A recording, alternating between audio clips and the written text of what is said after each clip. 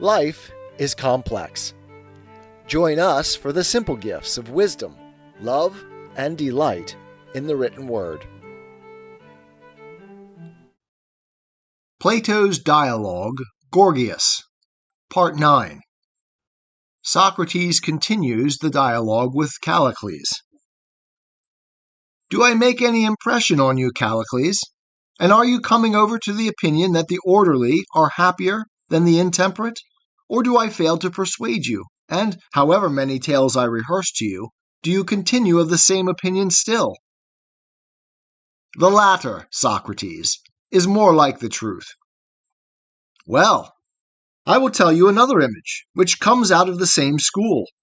Let me request you to consider how far you would accept this as an account of the two lives of the temperate and intemperate in a figure.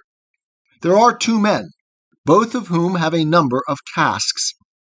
The one man has his casks sound and full, one of wine, another of honey, and a third of milk, besides others filled with other liquids, and the streams which fill them are few and scanty, and he can only obtain them with a great deal of toil and difficulty. But when his casks are once filled, he has no need to fill them any more, and has no further trouble with them or care about them. The other, in like manner, can procure streams, though not without difficulty. But his vessels are leaky and unsound, and night and day he is compelled to be filling them. And if he pauses for a moment, he is in an agony of pain. Such are their respective lives. And now, would you say that the life of the intemperate is happier than that of the temperate? Do I not convince you that the opposite is the truth? You do not convince me, Socrates. For the one who has filled himself has no longer any pleasure left. And this, as I was just now saying, is the life of a stone. He has neither joy nor sorrow after he is once filled. But the pleasure depends on the superabundance of the influx. But the more you pour in, Callicles, the greater the waste, and the holes must be large for the liquid to escape. Certainly. The life which you are now depicting is not that of a dead man or of a stone, but of a cormorant. You mean that he is to be hungering and eating? Yes. And is he to be thirsting and drinking? Yes, that is what I mean. He is to have all his desires about him, and to be able to live happily in the gratification of them. Capital! Excellent! Go on as you have begun, and have no shame. I, too, must disencumber myself of shame. And first, will you tell me whether you include itching and scratching? Provided that you have enough of them, and pass your life in scratching, in your notion of happiness? What a strange being you are, Socrates! A regular mob orator! That was the reason, Callicles, why I scared Polus and Gorgias, until they were too modest to say what they thought. But you will not be too modest, and will not be scared, for you are a brave man. And now, answer my question. I answer that even the scratcher would live pleasantly. And if pleasantly, then also happily? To be sure. But what if the itching is not confined to the head? Shall I pursue the question? And here, Callicles, I would have you consider how you would reply if consequences are pressed upon you, especially if in the last resort you are asked whether the life of a catamite is not terrible, foul, miserable, or would you venture to say that they too are happy if they only get enough of what they want? Are you not ashamed, Socrates, of introducing such topics into the argument? Well, my fine friend, but am I the introducer of these topics, or he who says without any qualification that all who feel pleasure in whatever manner are happy, and who admits of no distinction between good and bad pleasures? And I would still ask whether you say that pleasure and good are the same, or whether there is some pleasure which is not a good. Well, then, for the sake of consistency, I will say that they are the same.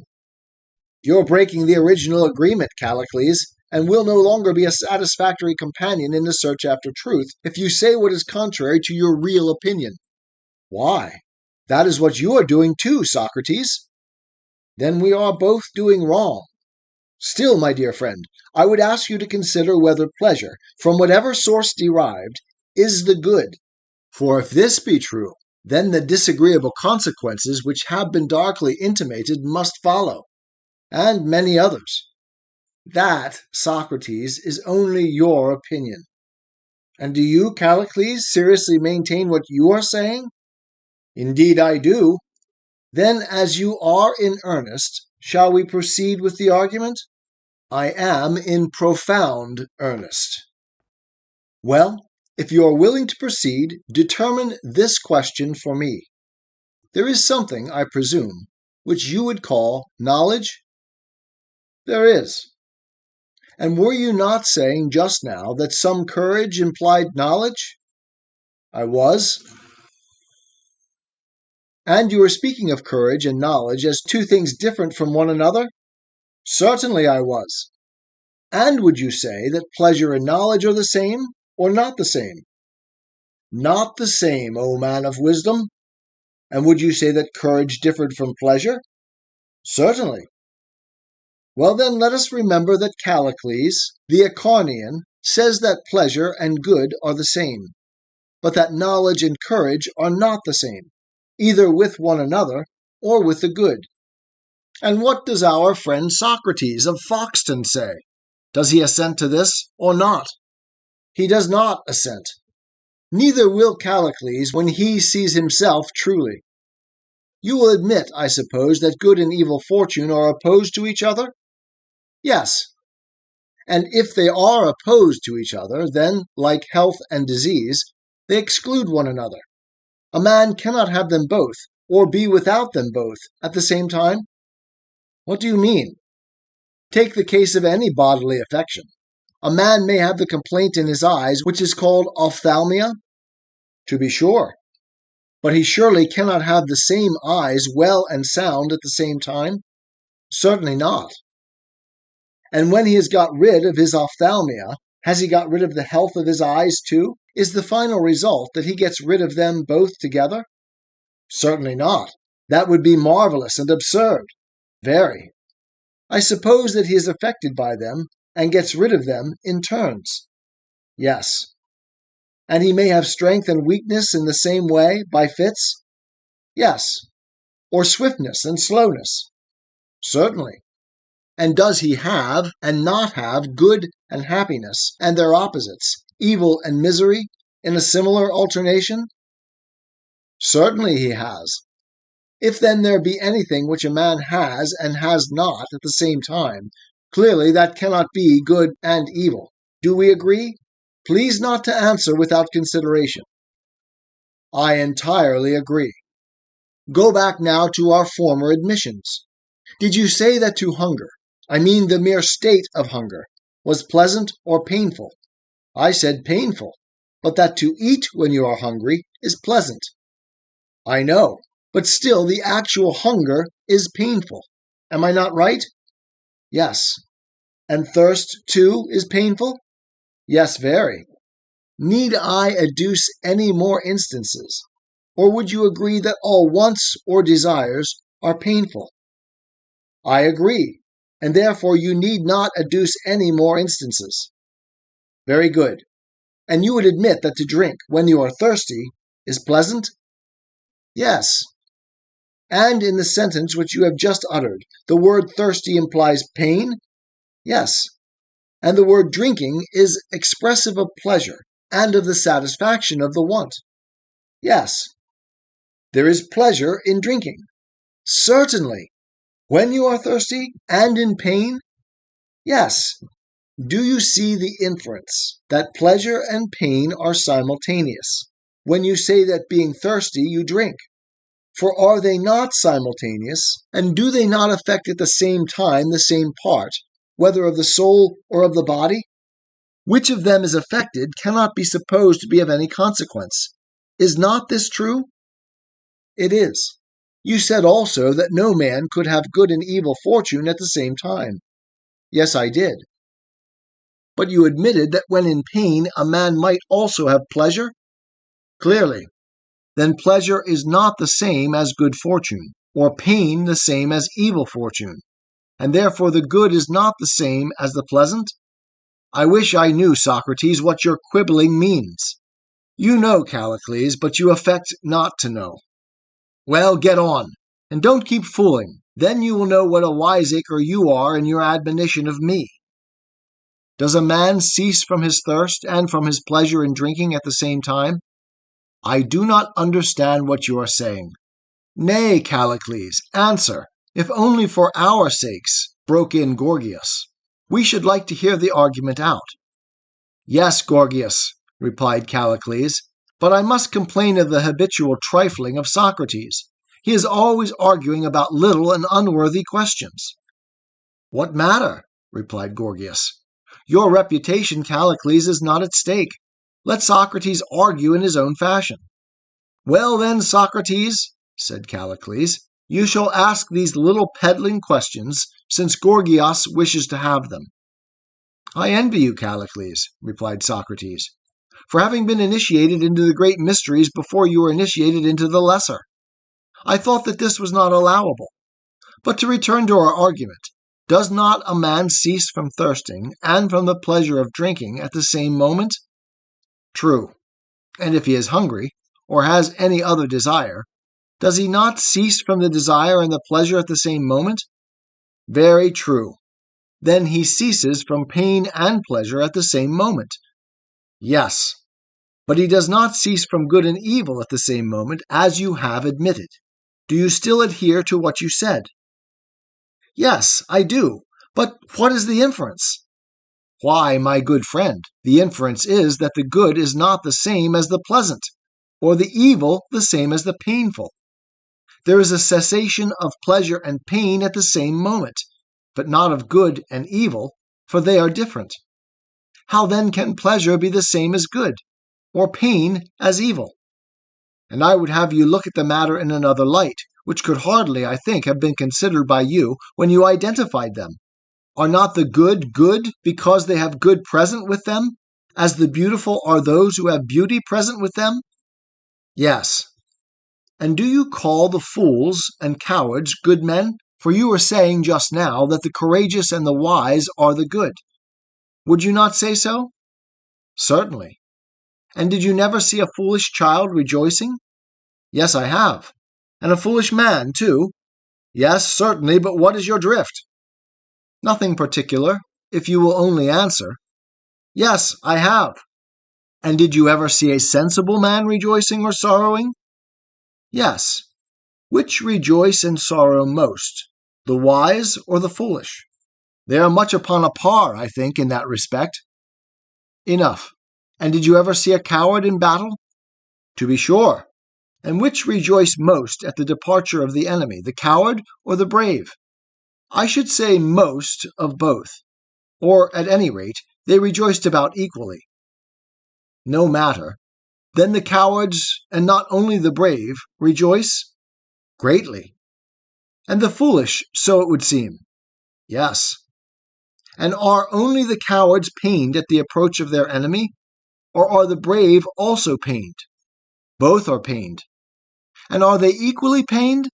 I should imagine that the cowards are more pained.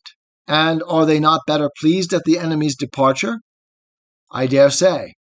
Then are the foolish and the wise and the cowards and the brave all pleased and pained, as you were saying, in nearly equal degree. But are the cowards more pleased and pained than the brave? Yes. But surely the wise and brave are the good, and the foolish and the cowardly are the bad. Yes. Then the good and the bad are pleased and pained in a nearly equal degree? Yes. Then are the good and bad, in a nearly equal degree, or have the bad the advantage both in good and evil? I really don't know what you mean. Why, do you not remember saying that the good were good because good was present with them, and the evil because evil, and that pleasures were goods and pains evil? Yes, I remember. And are not these pleasures or goods present to those who rejoice, if they do rejoice? Certainly. Then those who rejoice are good when goods are present with them. Yes, and those who are in pain have evil or sorrow present with them. Yes? And would you still say that the evil are evil by reason of the presence of evil? I should. Then those who rejoice are good, and those who are in pain evil? Yes. The degree of good and evil vary with the degrees of pleasure and of pain. Yes?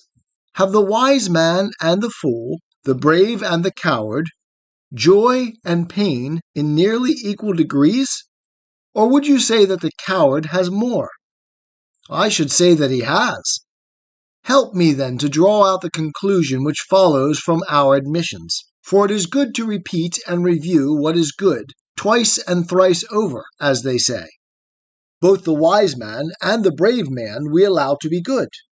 Yes. And the foolish man and the coward to be evil? Certainly. And he who has joy is good? Yes. And he who is in pain is evil? Certainly. The good and evil both have joy and pain, but perhaps the evil has more of them? Yes. Then must we not infer that the bad man is as good and bad as the good, or perhaps even better? Is not this a further inference which follows equally with the preceding from the assertion that the good and the pleasant are the same? Can this be denied, Callicles? I have been listening and making admissions to you, Socrates, and I remark that if a person grants you anything in play, you, like a child, want to keep hold and will not give it back.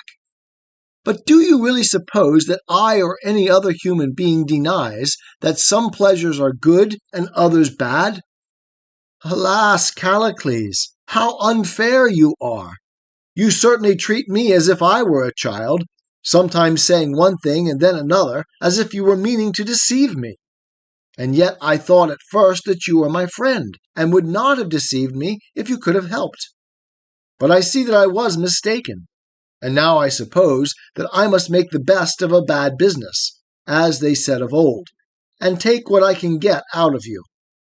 Well then, as I understand you to say, I may assume that some pleasures are good and others evil? Yes. 'Tis the gift to be simple.